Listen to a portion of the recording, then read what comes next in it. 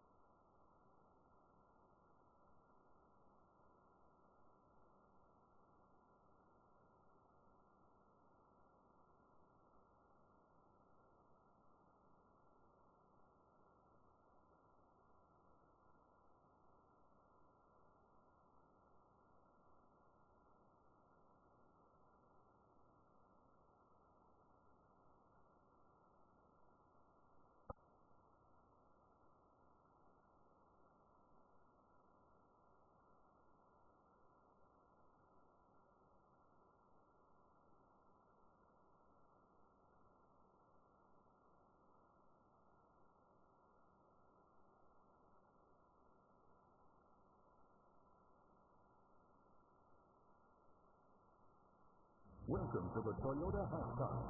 Let's go crazy.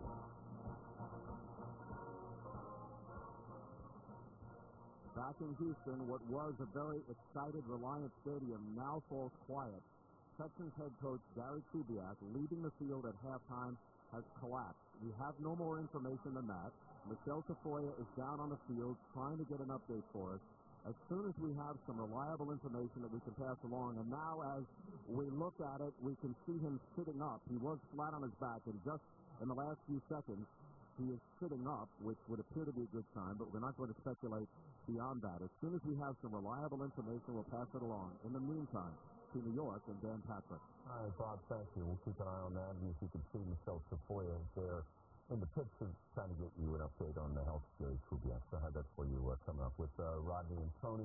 Coming up, we'll tell you who they think are the best teams in the AFC and the NFC. But let's get to the highlights with Week 9, and you can forget about RG3. How about DY1? Darrell Young, the fullback out of Villanova. I thought Howie Long's the only guy out of Villanova. 3 touchdowns. Game winner in overtime. Philadelphia at Oakland. Back from a concussion, Nick Foles. 7th quarterback in history to throw 7 touchdowns in the game. 1 more than the number of incompletions he had. Number 7 went to Riley Cooper. Minnesota at Dallas. Tony Romo threw a 4th quarter pick under 5 minutes to go, but give him credit. Led the boys on a 90-yard drive, a 7-yard strike to Dwayne Harris. First place Cowboys improved to 5-4. Jets roller coaster season continued today. Geno Smith's nifty touchdown run late in the first half. Jets get the lead for good. 6-2 Saints host the Cowboys next Sunday night here on NBC.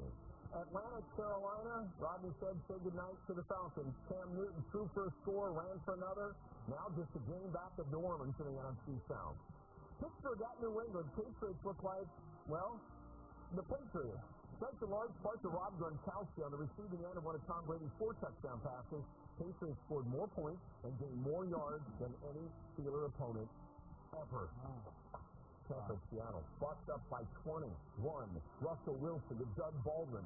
Completing the comeback, they went into overtime. Stephen Hauska, the field goal in overtime, as Seattle improves 8-1. Kansas City stays undefeated in Buffalo.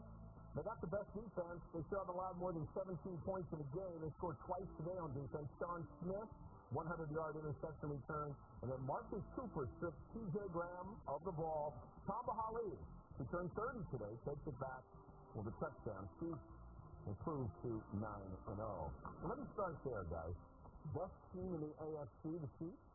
No, Chiefs are 9-0, but I don't like their offense. I think Denver's better, and I think New England's better with Gronkowski back at this point. Coach, it's so easy to fall in love with Brady and Peyton because they're the big-name quarterbacks. They have a lot of playoff experience, but tell me, when you look at Kansas City, what is the weakness of their team? They have a good defense. They can run the ball. You know, you always talk about Alex Smith and being a game manager. I like this team. But if they're down by 10 or 2 touchdowns, do they have the offense, the quarterback, to be able to do that? That's my only question. I believe in Alex Smith. I really do. What about who's second-best team? The Chiefs' second-best team in the NFC? I like them number 3 behind Denver and New England. All right, NFC. Who you got? NFC, Seattle is, to me, struggling. They're on a 4-game winning streak, but they've got some injuries. San Francisco is playing red hot. They're going to get Manningham and Crabtree back, and they'll probably get Alden Smith back. Between those 2 teams that you mentioned, Coach, you can kind of flip a coin. I like both of those teams. So we'll make a pick. Okay, I'm taking Seattle. They're finding different ways to win. Stop hating on Seattle, Coach. Coming up, the latest information on Gary Kubiak, who collapsed coming off the field at halftime. Right now, we check in with Coach T.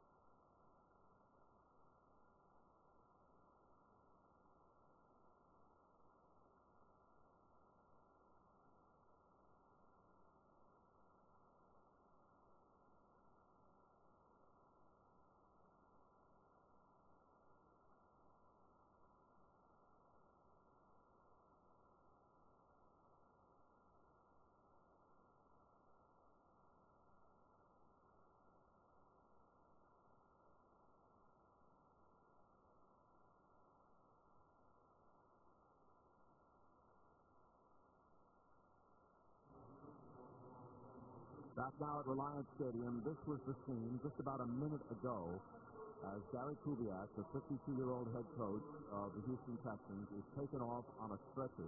So far as we know, he has no significant medical history up until this point, no problems, no history of heart disease.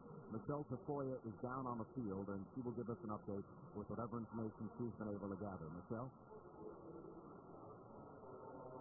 A scary situation down here on the field. As you mentioned, Gary Kubiak just now wheeled into the locker room. The Houston head coach collapsed, and no one saw exactly when it happened. It happened on the near 20, which appeared to be when he was walking off the field.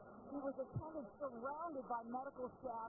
He was speaking, but he also looked to be in extraordinary pain. He could not open his eyes. His eyes were squeezing tight shut.